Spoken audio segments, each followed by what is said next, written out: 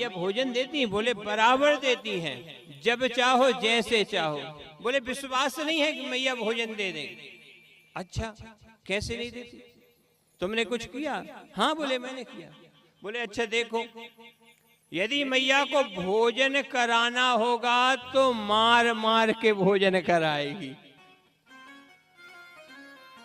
और यदि भोजन नहीं कराना होगा तो फिर नहीं मिलने वाला, बना बनाया भी छुड़ा लेगी। बोले महाराज जी मैं नहीं मान सकता कि मैया जबरदस्ती भोजन करा दे, देखना चाहोगे? बोले हाँ। बोले कल मैं मैया की परीक्षा लूंगा। देखो, अब एक मूर्ख आदमी और एक माता की परीक्षा लेने जाए, और जब परीक्षा लेने, बेटा साउंड में दम नहीं आ रहा, गड़बड़ हो रहा है यार, सुधारो उसे। ठीक,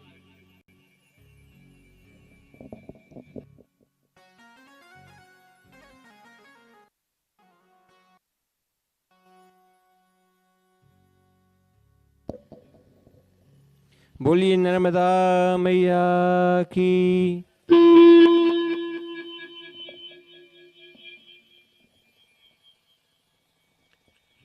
बोले तुम परीक्षा लेना चाहते हो? बोले हाँ, ठीक है ले लो। अब एक साधारण सा मनुष्य और मैया नर्मदा जी की परीक्षा ले, नहीं माना। कल निकल गया मैया नर्मदा के तट पे, देखा कि आज मैं कैसे भोजन करता हूं और मुझे मैया नर्मदा कैसे भोजन कराएगी। चलने लगा नर्मदा के तट पे, और जब चलते जाता धीरे धीरे धीरे,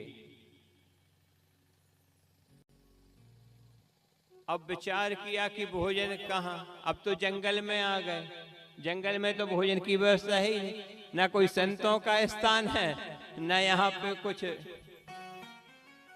मिलने वाला है। जाकर के एक वृक्ष के नीचे बैठ गया। अब वृक्ष के नीचे जब बैठा तो क्या देखता कि एक व्यापारियों की टोली आई, और व्यापारियों की जब टोली आई तो उन व्यापारियों को लगा कि अब शाम हो गई, भाई सूर्यास्त होने वाला है और मार्ग बड़ा गहन है, उस मार्ग में हम जाएंगे तो रास्ते में अंधेरा, भोजन कहाँ कैसा हो पाएगा। इसलिए बड़ा सघन वृक्ष है, मैया नर्मदा का तट है, भोजन करते हैं, जल पीते हैं और आगे यात्रा करते हैं। ऐसा मन में विचार करके वो उस वृक्ष के नीचे बैठ गए। इसने विचार किया कि अब मैं क्या करूं, यदि यहां रहूंगा तो ये मुझसे कहेंगे, और ऐसे नहीं कहेंगे तो ये कहेंगे कि नर्मदा जी की प्रसादी अब तो ले लो, तो प्रसाद को भी नहीं ठुकरा सकते। इसलिए उसने क्या काम किया, उस वृक्ष पे चढ़ गया, जो बड़ा वृक्ष था ना उस पे चढ़ गया, और सब व्यापारी अपने भोजन की सामग्री निकाली और बैठ करके भोजन शुरू करने ही वाले थे कि वहां से घोड़ों के हिन हिन आने की आवाज आई। व्यापारी घबराए, ये घोड़े की आवाज कहां से कैसे, हे महाराज। तो दूसरा व्यापारी बोला, लगता है डाकुओं का हमला हो गया है। बोले अब क्या किया जाए? बोले कुछ नहीं कर सकते, खाने को यही छोड़ो और अपने सामान जो धन है ना उसकी पोटली बांधो और निकलो। देखो वो व्यापारियों के लिए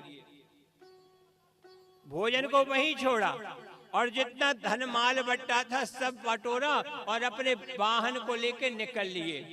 डाकू वहां आ गए। डाकू जब आए तो देखा कि यहाँ भोजन रखा इस वृक्ष के नीचे, क्या कारण है?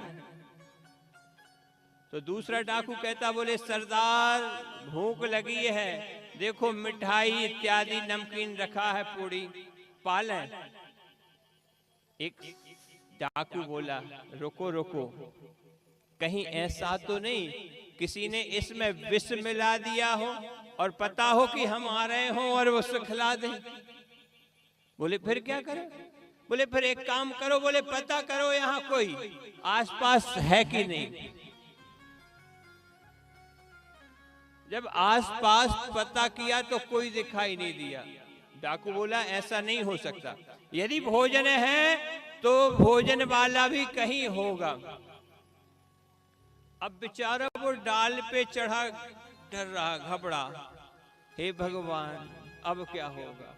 और बेचारा जब घबराया तो पसीने की बूंद नीचे गिरी, और नीचे गिरी तो डाकू के सरदार के ऊपर। जैसे ही देखा, अरे ये रहा, पकड़ो पकड़ो। बेचारे को पकड़ा, उतारा नीचे, हाथ जोड़े, पैर पड़े, मेरा भोजन नहीं है, मैंने नहीं रखा। ठीक है तुम्हारा भोजन नहीं है, तुमने नहीं रखा, तुम भोजन करो। बोले मैं भोजन नहीं करूंगा। बोले क्यों नहीं करोगे? क्यों नहीं करोगे भोजन? भोजन तो तुम्हें करना पड़ेगा। अब बेचारा संकल्प भी नहीं कह सकता कि मैंने कह दिया कि मैया के कारण।